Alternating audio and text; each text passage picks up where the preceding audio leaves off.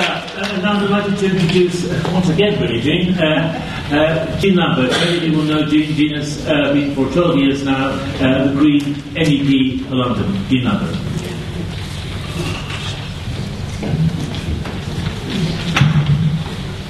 Thank you very much for the opportunity to be here and to join in a bit of the depression and try to find sort of ways out of it. And as we've been hearing, the Rio conference, it's focusing on two themes. One, the green economy in the context of sustainable development and poverty eradication. Will be an interesting sort of challenge. And then the institutional framework for sustainable development. I mean, like a number of other sort of more older people in this room, I remember the '92 conference and that sort of sense of excitement that at long last the world was actually going to talk about sustainable development instead of simply wondering what on earth it meant. We've had the Brundtland report that people have referred to on our common future. Now we're asking about what future do we really want? And I think that concept of sustainable development actually still carries weight. The development that meets the needs of the present without compromising the ability for future generations to meet their own needs. And it carries those two key concepts of needs. What is it that we need, the essential needs of the world's poorest people, and the idea of limitations. Limitations being imposed either by the state of technology, social organisation, or whatever else it is, on the environment's ability to actually meet those present and future needs. That a lot of the analysis of what's been happening in the last 20 years, I mean, my political group in the European Parliament has held a number of conferences on the issue, and most people have been saying, well, it's not been totally wasted. We've had some movement. That we've actually had some movement on trying to curb climate emissions, on issues about resource efficiency.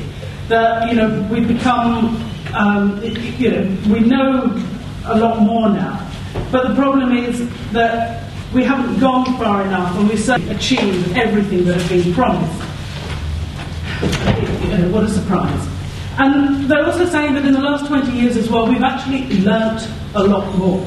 So we've got a situation where we know more about the problems and possible solutions, but we no longer have the political will to do anything about it. One of our friendly Earth speakers put it, the enthusiasm of the first Rio is all but gone. So that's an important challenge about how do we actually rekindle something of that enthusiasm, that sense of optimism. Maybe the problem is that now we know more, it's less easy to be optimistic.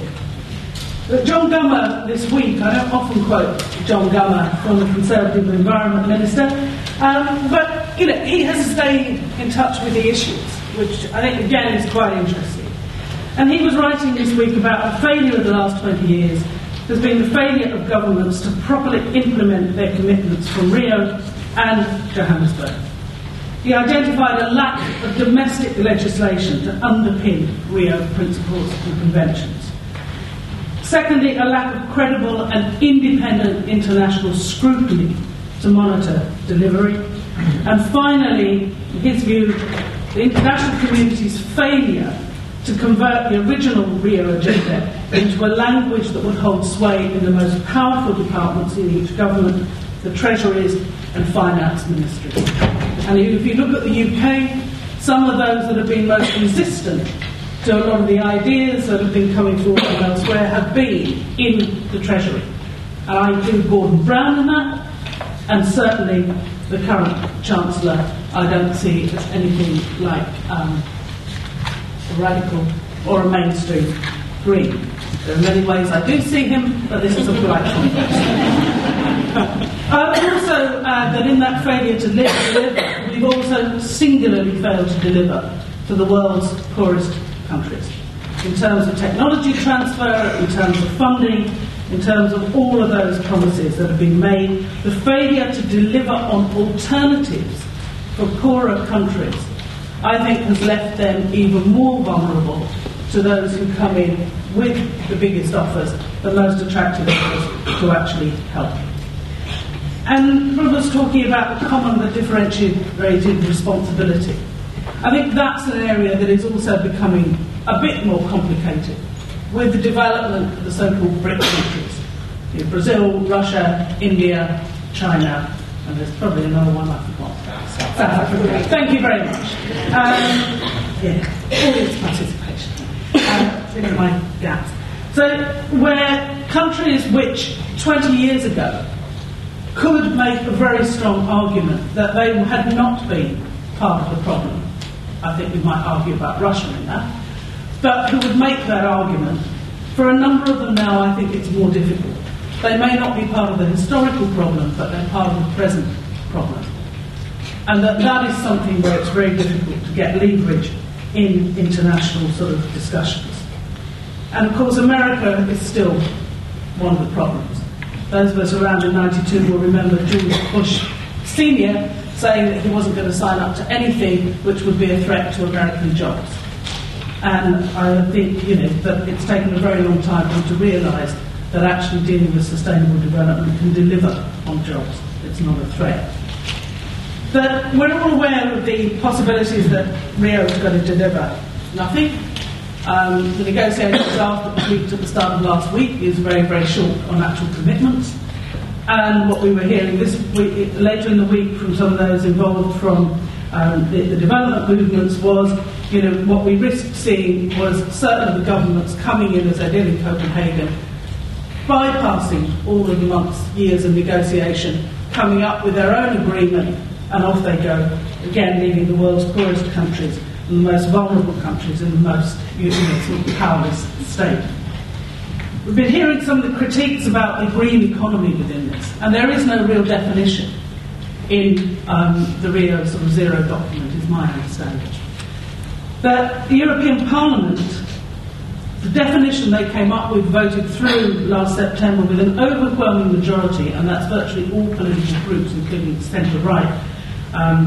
I haven't checked the voting list to see whether it included the British Conservatives, but was defining the green economy as being understood in the terms we've been hearing. An entire economy functioning within the limits of sustainability in respect to biodiversity, maintaining ecosystem services, climate protection and the use of natural resources. And stresses that more focus should be given to human, environmental and natural capital, and that sustainable development is more than just green economy.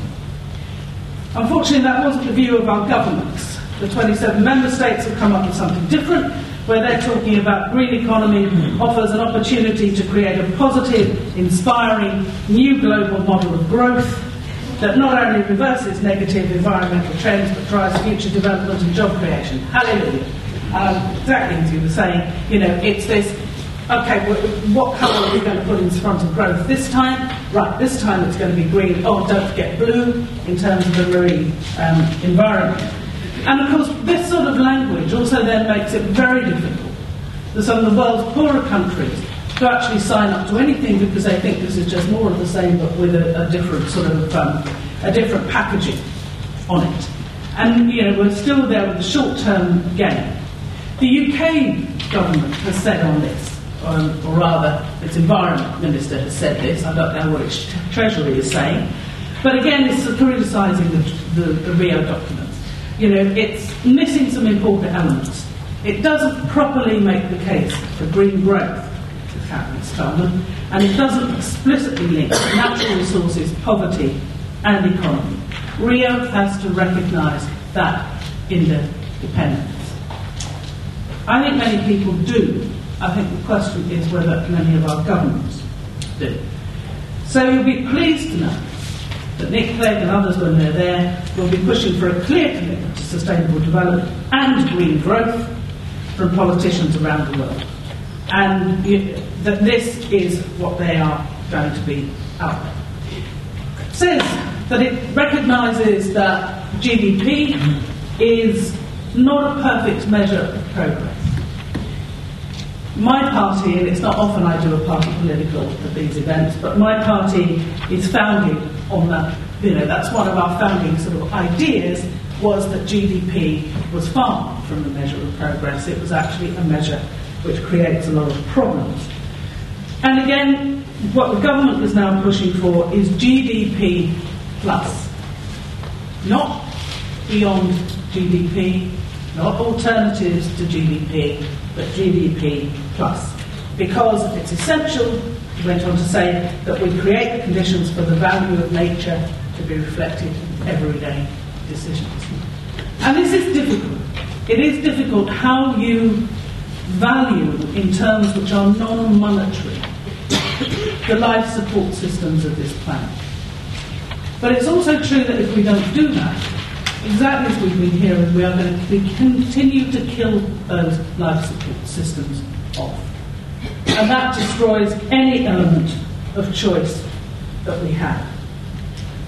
So we have to look at this, not just in terms of the transformation of the economy, into actually looking at different goals about how we meet needs, about how we have a more equitable sharing of resources. We can't just do that by resource efficiency, extremely important though that is, absolutely critical. We also have to look at the demand side. And we have to look at how we make sure we maintain the gains that we make in efficiency, rather than simply having more and at the same levels. And that means we have to understand supply chain arguments, the consequences of what we consume, both for the environment and humanity. So that's issues about fair trade, whether it's issues about how we look at how do we protect people in terms of ship dismantling in Bangladesh, the support for trade unions throughout the world, the decent work agenda. So, I was thrilled when I read again. It's not often again I read government speeches. I'm usually reading commissioner speeches or, other things, legislation. So, Caroline Spellman's talking about joining the call for Rio to drive the uptake of sustainable business practices, in particular transparent and coherent sustainability reporting. So I want to know why it is her political group, why it is her government, coalition, votes consistently at the European Parliament against any measures for mandatory reporting on all of this sort of stuff. It's all voluntary in their view, but now that she sees that it's something the business is asking for, given that she likes to give business what they ask for, can she please make this mandatory? Because I think we have to be sending a clear message with Rio about the role of business within this. And this includes making it mandatory for companies to report on their carbon emissions. And it means tackling trade issues, bringing environment to at least the importance of international trade, and I would argue making it more important than international trade. So that we can stop hearing my colleague Keith Taylor in the Parliament being told in trade meetings, we're here to talk about trade, Keith, when he wants to raise questions about human rights or environmental protection. So there are measures that can be done, and I think part of what we have to try and bring out of Rio or follow up on it is not only the issues about phasing out subsidies for fossil fuels, phasing out subsidies for environmental sort of damaging processes, making sure that we deliver on the money that we said that we'll supply to the world's poorer countries, tackling things like the Chicago Agreement, which says no tax on aviation fuel. There's a whole list of things that people want. I think one of the most important things that we have to be looking at here is the strengthening of governance and the strengthening of civil society. And this is where picking up on Agenda 21 and working, moving that forward is absolutely crucial in this. But so is strengthening governance. There's so much being talked at Rio about the role of business in implementing what comes out of it. Business and civil society. I want to hear people talking about government responsibility to actually deliver on what governments are supposed to be signing up to. And that also means helping to strengthen governance generally, and again, in some of those countries in the world where governance is really weak, governance may be really corrupt, and which therefore means that they cannot protect the interests of their people, even if they want to, because the biggest checkbook will speak. So governance, for once I agree actually with Selwyn Gummer. I never thought I'd hear myself say this, but governance is an important issue about how do we deliver on the commitments that are made, and don't let governments off the hook and put businesses in their place. Thank you.